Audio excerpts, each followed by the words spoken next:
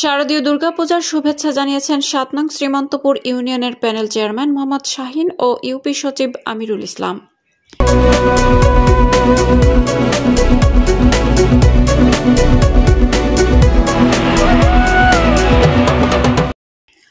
আসসালামু আলাইকুম। এটিপি বাংলার সংবাদে সবাইকে স্বাগত জানাচ্ছি। আমি সুমা আহমেদ। নিজস্ব প্রতিনিধি শেখ রুবেল আহমেদের পাঠানো তথ্যচিত্রে দেখুন বিস্তারিত। সনাতন ধর্মাবলম্বীদের প্রধান ধর্মীয় উৎসব দুর্গাপূজা।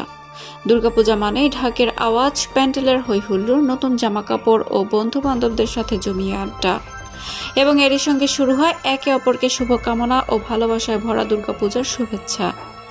সমাজের অন্যায়, অবিচার, অশুভ ও অশরীরী শক্তির দমনের মাধ্যমে শান্তি প্রতিষ্ঠার লক্ষ্যে এ পূজা হয়ে থাকে।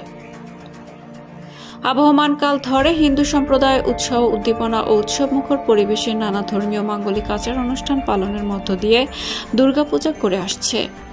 দুর্গাপূজা উপলক্ষে জাতি, ধর্ম, বর্ণ নির্বিশেষে নিয়ামতপুর উপজেলার ৭ নং শ্রীমন্তপুর ইউনিয়ন পরিষদের পক্ষ থেকে শারদীয় দুর্গাপূজার শুভেচ্ছা জানিয়েছেন নিয়ামতপুর উপজেলার ৭ নং শ্রীমন্তপুর ইউনিয়ন পরিষদের প্যানেল চেয়ারম্যান মোহাম্মদ শাহিন আলী ও প্রশাসনিক কর্মকর্তা আমিরুল ইসলাম। এক শুভেচ্ছা বাণীতে তিনি বলেন, দুর্গাপূজা শুধু হিন্দু সম্প্রদায়ের উৎসব নয়, এটি এখন সর্বজনীন উৎসবে পরিণত হয়েছে। অশুভ শক্তির বিনাশ এবং সুন্দরের আরাধনা শারদীয় দুর্গোৎসবের প্রধান বৈশিষ্ট্য। ধনী গরিব নির্বিশেষে সবাই যেন এই আনন্দ সমানভাবে ভাগাভাগি করে নেয়, এই প্রত্যাশাই আমার। আসসালামু আলাইকুম। আমি মোহাম্মদ শাহিন আলী, ৭ নম্বর শ্রীমন্তপুর প্যানেল চেয়ারম্যান। আমাদের পরিষদ থেকে যে প্রশাসনিক যেটা মনে করেন যে আমাদের গ্রাম পুলিশ সহ আনসার বাহিনী প্রত্যেকটা পূজা মণ্ডপে আমাদের পরিষদ থেকে আমাদের গ্রাম পুলিশ থাকবে এবং পূজার শুরু থেকে শেষ পর্যন্ত আমাদের গ্রাম পুলিশের সেখানে মোতায়েন করার আমরা সিদ্ধান্ত নিয়েছি। যদি কোনো পূজা মণ্ডপে বিশৃঙ্খলা দেখা যায় এবং কোনো পূজা মণ্ডপে বিশৃঙ্খলা হবে এরকম আশঙ্কাজনক কোনো পূজা মণ্ডপ যদি আমাদের থেকে থাকে, পূজা মণ্ডপের সেক্রেটারি এবং সভাপতি সহ আমরা মিটিং করে তাদের বলা আছে যে যদি কোনো বিশৃঙ্খলা হয় তাহলে তারা আমাদের জানাবে, আমরা তাৎক্ষণিক পদক্ষেপ নেওয়ার করব। তো আমাদের প্রশাসনিক দিক দিয়ে আমরা মনে করেন যে আমাদের 9টা পূজা মণ্ডপ, আমাদের গ্রাম পুলিশ আছে 10টা। আমরা সার্বিক যতটুকু পারি প্রত্যেকটা পূজা মণ্ডপে আমরা প্রশাসনিক যেই সহায়তা দেওয়ায় আমরা দেব। উপজেলা প্রশাসন থেকে আপনাদের কোনো দেয়া আছে কিনা, নির্দেশনা দেয়া আছে কিনা? উপজেলা পর্যায়ে বলতে উপজেলা পর্যায়ে যেটা আনসার বাহিনী যেটা থাকবে এবং থানার থেকে যে ইয়েগুলো থাকে তারাও থাকবে। আমি মোহাম্মদ আমিরুল ইসলাম, প্রশাসনিক কর্মকর্তা, ৭ নং শ্রীমন্তপুর ইউপি, নিয়ামতপুর নওগাঁ।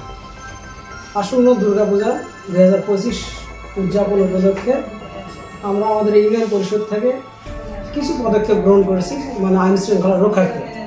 সেটা প্রথম পদক্ষেপ গ্রহণ করেছি যে আমরা প্রত্যেক গ্রাম পুলিশকে পূজা মন্দির অনুযায়ী তাদের ডিউটি ভাগ করে দিয়েছি। আমাদের পূজা হচ্ছে 9টা মন্দির, বর্তমানে 9টা মন্দির। এই 9টা মন্দিরে 9টা গ্রাম পুলিশ দিয়ে দেওয়া আছে এবং পূজা কমিটির সকল সদস্যদের নিয়ে আজকে মিটিং করা হয়েছে যে প্রত্যেক পূজা মন্দিরে অবশ্যই যেন সিসি ক্যামেরা থাকে। যদি কোনো মন্দিরে সিসি ক্যামেরা না থাকে তাহলে আমাদের বলবো, আমরা সেটুকু সহযোগিতা করে ওখানে সিসি ক্যামেরা স্থাপন করতে যা কিছু করা লাগে সেটা আমরা দিব। এক।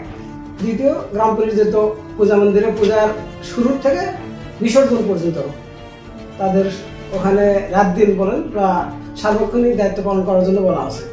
এরপরও সংশ্লিষ্ট ইউপি সদস্যদের প্রত্যেকের বলা আছে যে যার যার ওয়ার্ডে পূজা পালিত হচ্ছে, মানে গুরুত্ব সহকারে দেখতে হবে যেন কোনো রকম বিশৃঙ্খলা না হয়। তারপরে আমরা যদি কোথাও কোনো বিশৃঙ্খলা হয় তাহলে সাথে সাথে আমাদেরকে ইউনিয়ন পরিষদকে অবগত করার জন্য পূজা কমিটির সভাপতি সেক্রেটারিকে বিশেষভাবে অনুরোধ করা হয়েছে। এই পর্যন্ত আমরা যদি কোনো সমস্যা দেখা দেয় আমাদের পক্ষ থেকে আমরা যদি আমাদের দ্বারা সাধ্য হয় তাহলে সমাধানের চেষ্টা করবো, আর যদি আমরা ব্যর্থ হয় সেই ক্ষেত্রে ঊর্ধ্বতন কর্তৃপক্ষকে জানাবো। সকল 7 নম্বর শ্রীমন্তপুর ইউনিয়নবাসী এবং এই দুর্গাপূজার